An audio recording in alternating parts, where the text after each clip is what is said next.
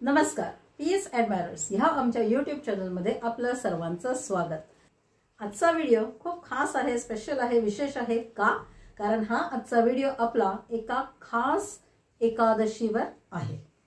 ही खास एकादशी म्हणजे आषाढ महिन्यातली शुक्ल पक्षातली एकादशी म्हणजे आषाढी एकादशी। बऱ्याच लोकांना ह्या एकादशीबद्दल पूर्ण माहिती नाहीये, म्हणजे महिन्याला 2 एकादशी येतात। मे बी हे देखील अजून 100% लोकांना माहिती नाहीये, पण आषाढी एकादशी ही अनेक जणांना म्हणजे बऱ्याच लोकांना माहिती आहे। तर आषाढ महिन्यातली शुक्ल पक्षातली एकादशी म्हणजे आषाढी एकादशी। ह्या एकादशीला हरिशयनी एकादशी, देवशयनी एकादशी आणि पद्म एकादशी ह्या नावानेही ओळखले जाते। तर ह्या एकादशीचं इतकं खास वैशिष्ट्य का? आपल्या इतर एकादशींपेक्षा या आषाढी एकादशीचं इतकं आकर्षण किंवा इतकं महत्त्व का? याला 2 कारणं आहेत।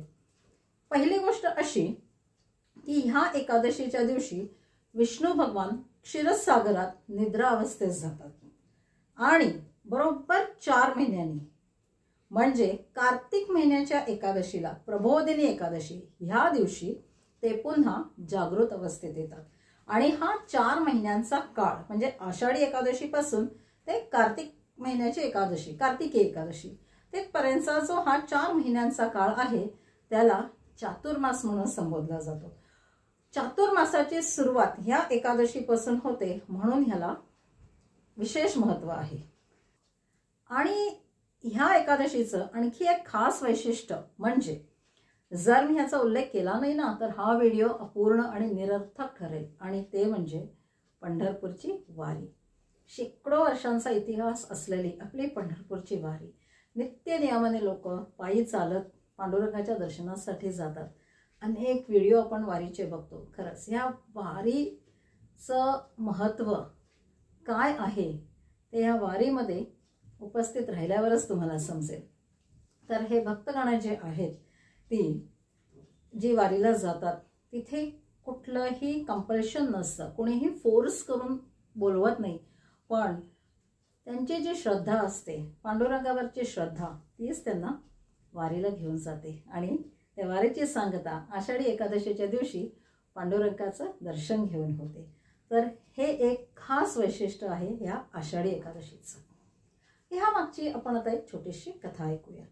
अनेक वर्षापूर्वी एक राजा ज्याचं नाव होतं मांदता राज्य करत होता। आपल्या प्रजेचा सांभाळ तो अगदी मुलाप्रमाणे करी, म्हणजे मुलाला दुःख झालं तर वडिलांना कसं दुःख होतंय तसा तो राजा प्रजेचं दुःख बघून दुःखी व्हायचा। एकदा काय झालं, त्या गावात त्या राज्यात दुष्काळ पडला, पाऊस पडला नाही, पीक आलं नाही। त्यामुळे त्याची प्रजा निराश झाली, प्रजेला त्रास होऊ लागला आणि प्रजेचा त्रास बघून राजाला त्रास होऊ लागला। तर ह्या राजाने अंगिरा ऋषींची भेट घेतली। अंगिरा ऋषींना भेटायला तो गेला आणि आपल्या प्रजेची व्यथा त्याने त्या ऋषींना सांगितली की मला खरंच माझ्या प्रजेचं हे दुःख बघवत नाहीये, तर ह्यावर उपाय सांगा। तर अंगिरा ऋषींनी त्याला एक उपाय सांगितला की भक्तीने श्रद्धेने जे कोणी आषाढी एकादशी व्रत करेल त्याची मनोकामना पूर्ण होते। तर त्यांनीही राजाला सांगितलं की तूही ह्या आषाढी एकादशीचं व्रत कर, जेणेकरून तुझी मनोकामना पूर्ण होईल। ऋषींनी सांगितल्याप्रमाणे त्यांच्या सगळ्या नियमाप्रमाणे ऋषींनी सांगितल्याप्रमाणे या राजाने आषाढी एकादशीचं व्रत केलं आणि विष्णू भगवानांकडे त्याच्या प्रजेचं सुख मागितलं। त्यांनी विष्णू भगवानांकडे असा आशीर्वाद मागितला की माझी प्रजा सुखी आणि समृद्ध होऊ दे।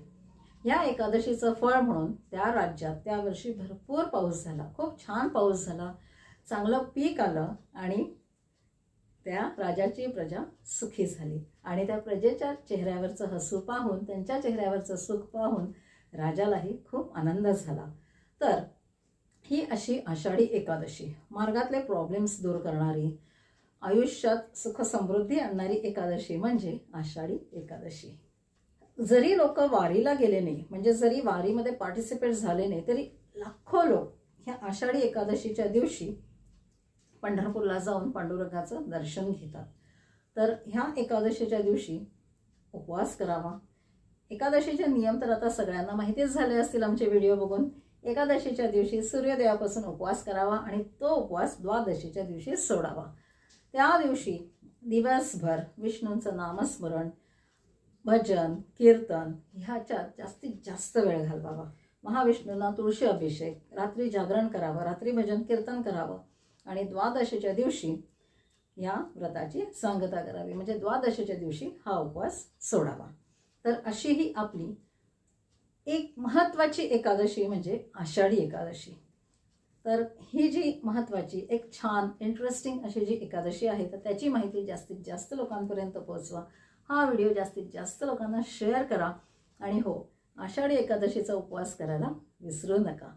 तर अशा छान छान व्हिडिओचे अपडेट्स मिळण्यासाठी आमचं हे जे चॅनल आहे ना, पीस ॲडमायरर्स, ते सबस्क्राईब करायला पण विसरू नका। हा व्हिडिओ शेवटपर्यंत पाहिल्याबद्दल तुम्हा सर्वांचे खूप खूप आभार।